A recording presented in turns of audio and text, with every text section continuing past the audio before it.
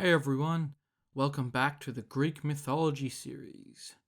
If you have just stumbled across this particular video, I recommend going back and watching the first video because there is quite a bit of background stuff that I'm not really going to rehash too much.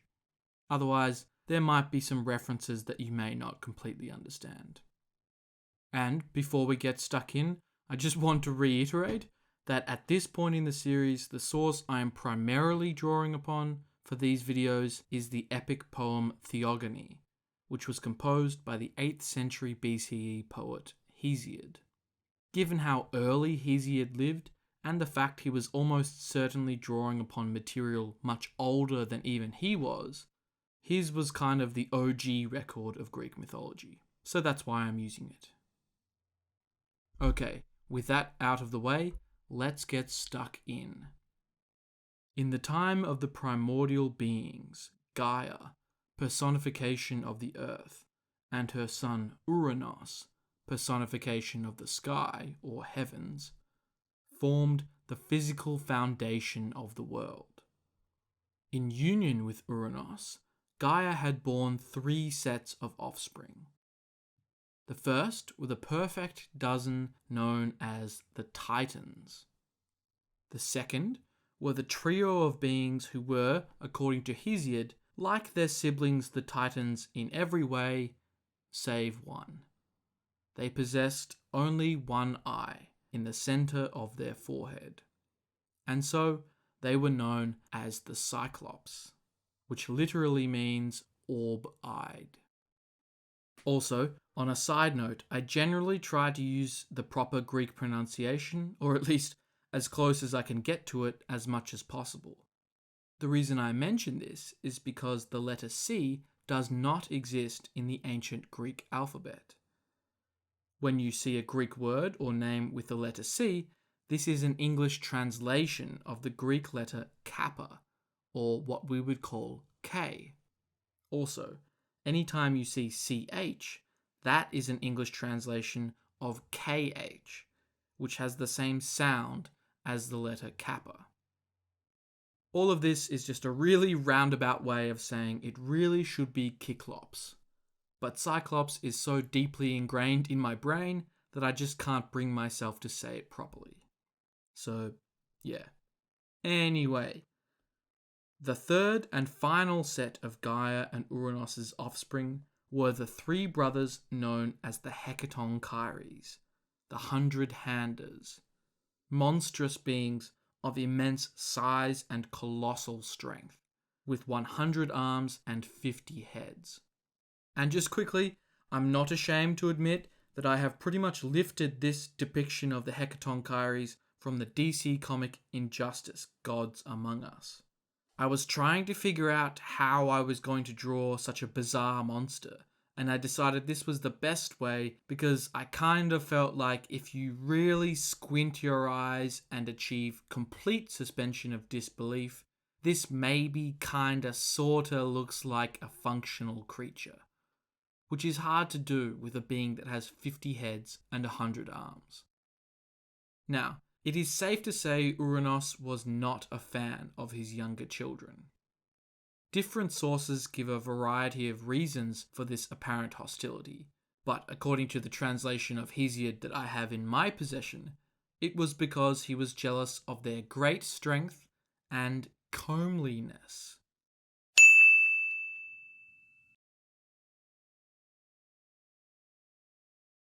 Anyway, the point is, Urinos hated his youngest children, so he decided to imprison them deep underground, far from his sight. Unsurprisingly, Gaia was not happy about this. In fact, it's fair to say she was the opposite of happy. She desperately wanted her children freed, but more than that, she also wanted revenge. And so she devised a plan. First, she fashioned a great sickle. According to some interpretations, this weapon was made of a razor-sharp flint. However, others have it forged from adamant, which was a kind of godly material of unmatched hardness. The original ancient Greek word, adamas, is the ultimate root of the modern English word diamond. Now, for all her power, Gaia could not enact her plan alone. She needed help. First, she turned to the eldest of her Titan sons, Okeanos. But he refused. Out of fear or loyalty, it is not clear. Next, Gaia asked Koios, but he also refused, as did Krios, then Hyperion, then Iapetos. In fact, the response from her 5 eldest sons could be neatly summed up like this. In the end, she turned to her youngest Titan son. Unlike his older brothers, this particular Titan, courageous and cunning as he was, agreed to help his mother gain her revenge and satiate his own long-held hatred for his sire. He gladly took up the mighty sickle. His name was Kronos. And so the trap was laid. When Uranos next sought out Gaia to lie with her, in the biblical sense, Kronos lay in, quote, ambush.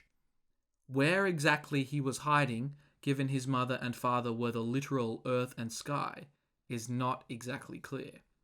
But anyway, when the time came for him to strike, he did not hold back, and he did not miss.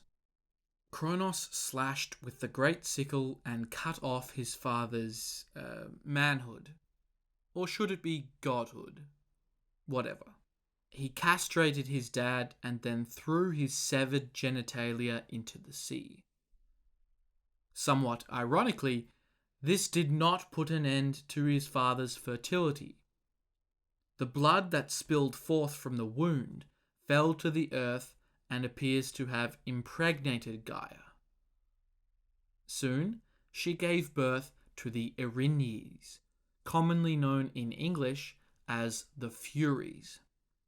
Fittingly, given the circumstances of their birth, these female deities were the embodiment of vengeance.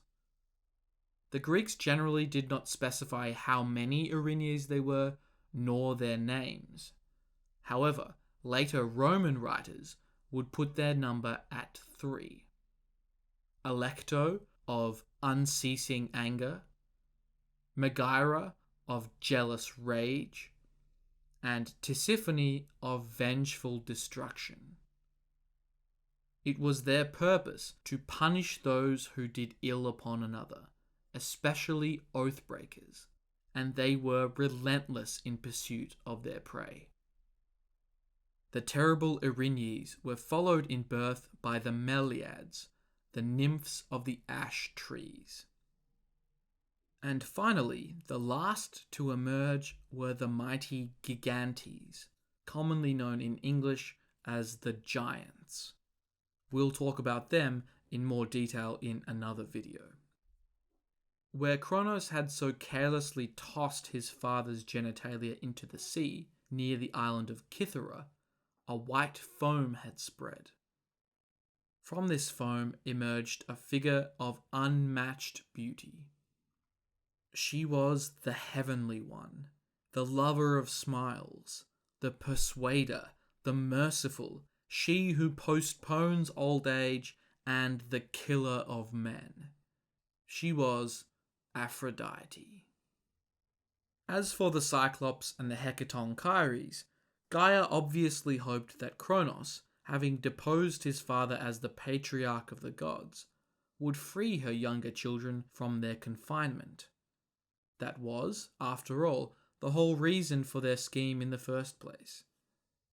In this matter, however, Gaia would find that cunning Kronos, newly ascendant over the cosmos, was very much his father's son.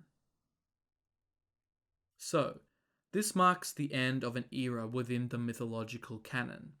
The primordial deities would of course remain a literal fixture, but their active involvement and significance now begins to fade.